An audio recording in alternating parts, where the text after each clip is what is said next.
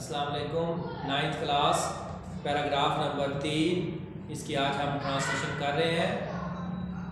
Chapter number 1 the saviours of mankind. In the 5th and 6th century, 5वीं और 6वीं सदी में mankind stood on the verge of chaos।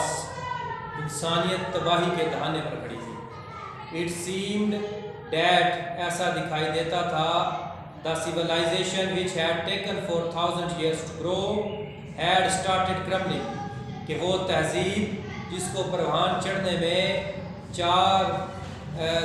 4000 साल लग चुके हैं वो रेजा रेजा होना शुरू हो गई।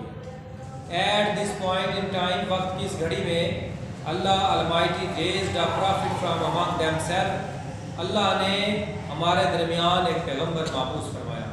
who was to lift the humanity from their ignorance into the light of faith। जिसने इंसानियत को जहालत से निकाल कर ईमान की रोशनी से मुनव्वर कर दिया। ये हमारा तीसरा पैराग्राफ था। इसके मुश्किल अल्फाज हैं तो ज़रा मीनिंग लिख लें। सिविलाइजेशन, इसका मतलब होता है तहजीब, इग्नोरेंस जहालत, क्रम्बलिंग रेजा रेजा होना, मैनकाइंड इंसानियत, लिफ्ट बुलंद करना, और रेज्ड इसका मतलब है माबूस किया। ये हमारे तीसरे पैराग्राफ की ट्रांसलेशन थी जो आज हमने की। अल्लाह हाफ़िज़।